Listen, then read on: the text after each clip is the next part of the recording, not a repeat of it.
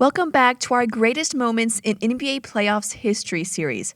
There have been so many amazing moments in the NBA playoffs that we had to break them down into a 4-part mini-series. Make sure you watch part 1 and subscribe to the channel so you don't miss any awesome moments.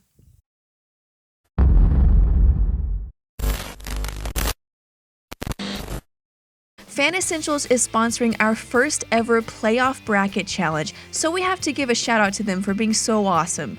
Fan Essentials is a subscription box just for NBA fans. You select your favorite team when you sign up, and every month you'll get exclusive gear from that team shipped right to your door. Subscriptions start at just $15 a month.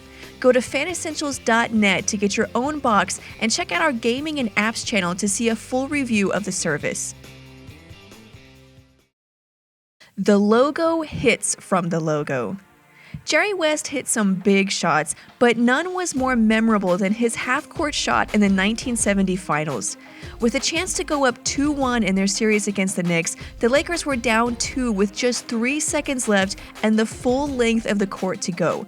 Wilt Chamberlain threw the ball in and headed toward the locker room, thinking the game was over. However, West took a few strides and threw the ball up at the rim and sank the shot.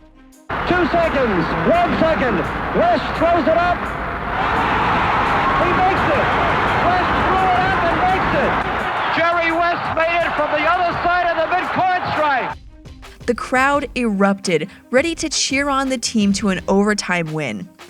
Unfortunately, the Knicks won in overtime and won the series. What's worse is that in today's NBA, that would have been a 3-point shot, which would have given the Lakers a win and possibly propelled them to a series win. Oh well, the shot was still amazing. Jordan's last career shot was a game winner. Technically, it wasn't his last shot, but it's the only one that really counted. This was the perfect ending to Jordan's legendary career. You couldn't have written it any better than this. My final memory of Michael is following through on that shot. That moment when you knew the shot was going in, that's the memory that sticks with me the most. The series, the moment, and the shot. First, Jordan got a crucial steal from Karl Malone. Then, with the Bulls down by 1 and the chance to win his 6th ring on the line, Jordan hit a jumper to win the game. Honestly, you wouldn't expect any less from Jordan, but that's what made him great. Even with the highest expectations, he delivered. Larry Bird steals a win from the Detroit Pistons. In the 1987 Eastern Conference Finals, it was old school versus new school. The veteran Celtics had already won 3 rings, and the young Pistons were trying to win their first. In the crucial Game 5, the Celtics found themselves down by a point with just 5 seconds left. To make matters worse, they didn't even have the ball. The game was over, and Detroit had won. Thomas wants to get it in quickly. Please, somebody come up with, this ball. As Isaiah Thomas of the Detroit Pistons inbounded the ball, Larry Bird flew in out of nowhere and stole the ball. He managed to stay inbounds and got the ball to Dennis Johnson, who scored on a layup and won the game for the Celtics. It was this sort of crucial, game-changing, and series-changing play that only an all-time great like Larry Bird could deliver.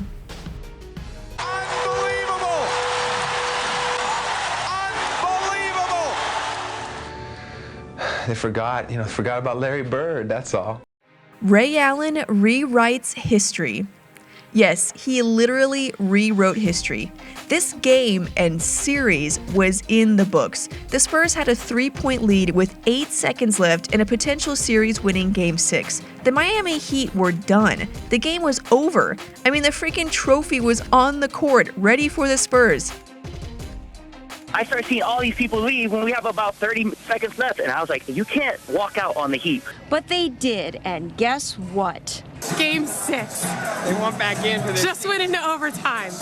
And everyone is trying to get back in! For some unexplained reason, Greg Popovich took Tim Duncan, arguably one of the greatest rebounders in the history of the sport, out of the game, thus giving Miami a chance to rebound a missed shot by LeBron and get the ball to Ray Allen, who hit a game-tying 3-pointer. In that moment, Ray Allen took the history book, set it on fire, and rewrote his own. The Heat won the game and won the championship.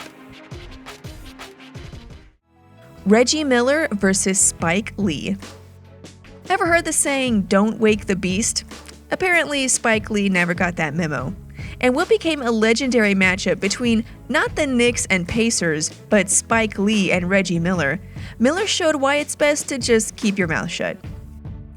The Pacers were struggling in the game, and Miller hadn't exactly dominated. Spike Lee spent the entire game trash-talking Miller, and the crowd had even begun taunting Reggie with chants about his WNBA star sister Cheryl Miller.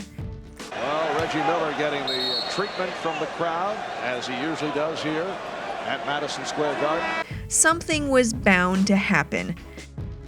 Reggie! Reggie! Spike Lee didn't inspire the Knicks. He inspired Reggie. The Knicks had a 12-point lead going into the fourth quarter. However, after Spike Lee's antics, Miller woke up and torched the Knicks for 25 of his 39 points in the final quarter, and infamously found his own way to show up Spike. There are plenty more amazing playoff moments to come. Stay tuned to mixtape videos for the next 2 parts in this series. Until then, let us know what your favorite moment of the playoffs is. Make sure you follow us on social media to get updates as soon as we post a video, and follow me on Twitter at MTV_Sydney.